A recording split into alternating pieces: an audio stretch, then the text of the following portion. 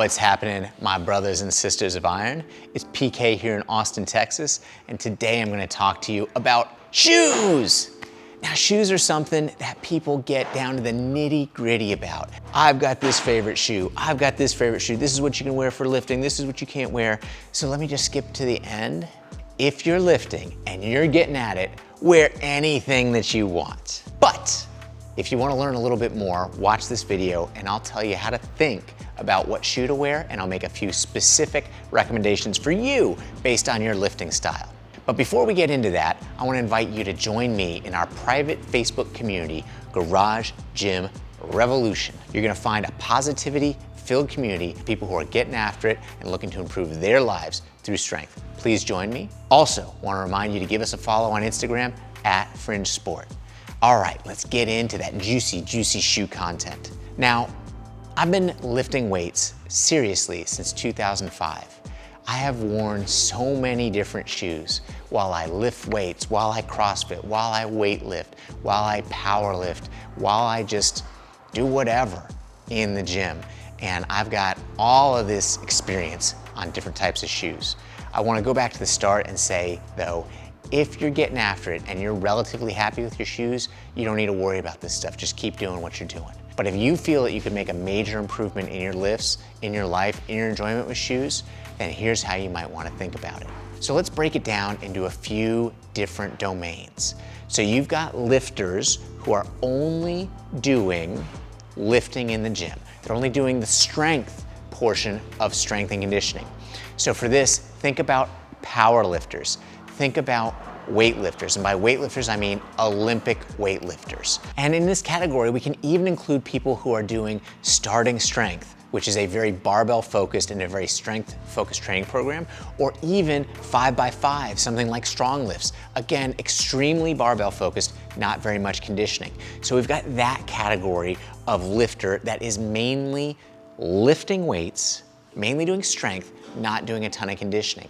So if you fall into that category, what you're gonna want is you're gonna want a shoe that does not have very much cushioning, that provides you a stable platform from which to lift. So let's say that you're doing the powerlifting side of it. So powerlifters are gonna do 3 lifts: bench, squat, deadlift. And for 2 of those lifts, your shoe doesn't matter all that much: bench and deadlift.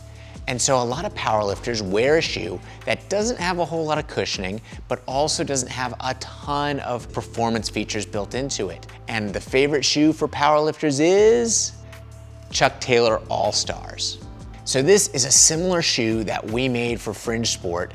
It's not a Chuck, but it is very much in the same style. And so one of the things that you will notice from the inside of the shoe is there's A, not a ton of cushioning, and then there's B, there's not a ton of lift for the heel from the front.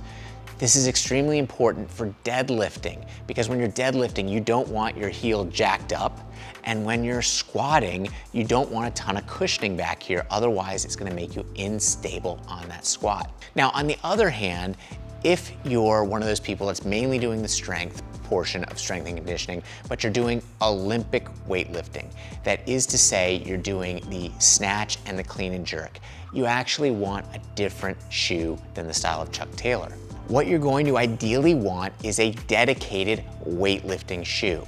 So what a dedicated weightlifting shoe does is it gives you a nice, broad, stable, non-cushioning platform up in the front of your foot. And then in the back of your foot, it's going to actually elevate your heel off the ground. This is gonna allow you to squat in a much more biomechanically friendly type of way. So if you're doing a lot of Olympic weightlifting, then you're probably gonna wanna look for a dedicated Olympic weightlifting shoe. Now, another note on Olympic weightlifters, they tend to not do a ton of conditioning.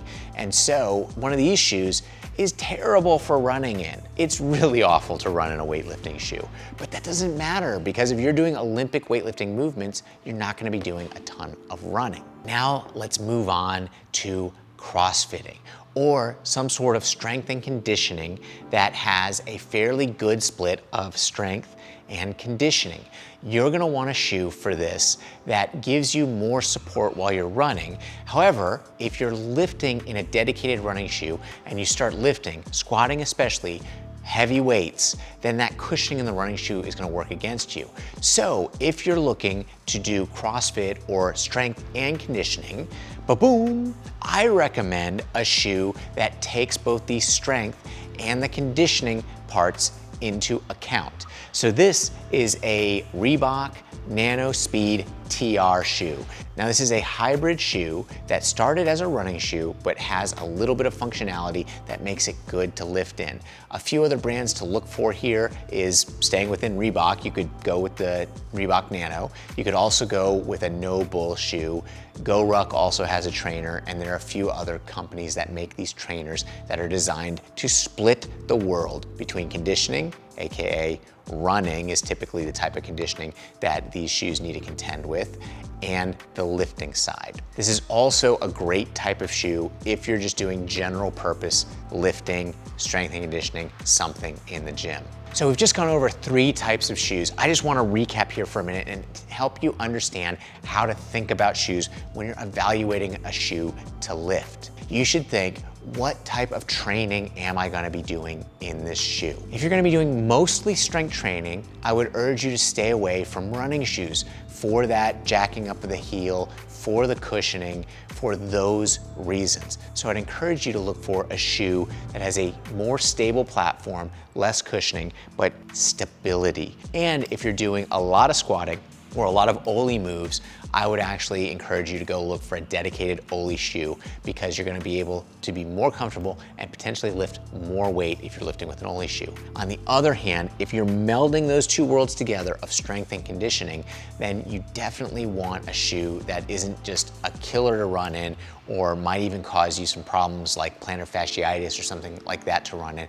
And so you should look for a shoe that is a hybrid of the two worlds. Now, on the other hand, if your strength training is extremely conditioning focused, running shoes are gonna be fine. Like maybe the extent to which you're actually working strength is a little bit of kettlebell work and you're mostly running or rowing or biking or something like that, well then you really don't have to worry about the strength side of it too much.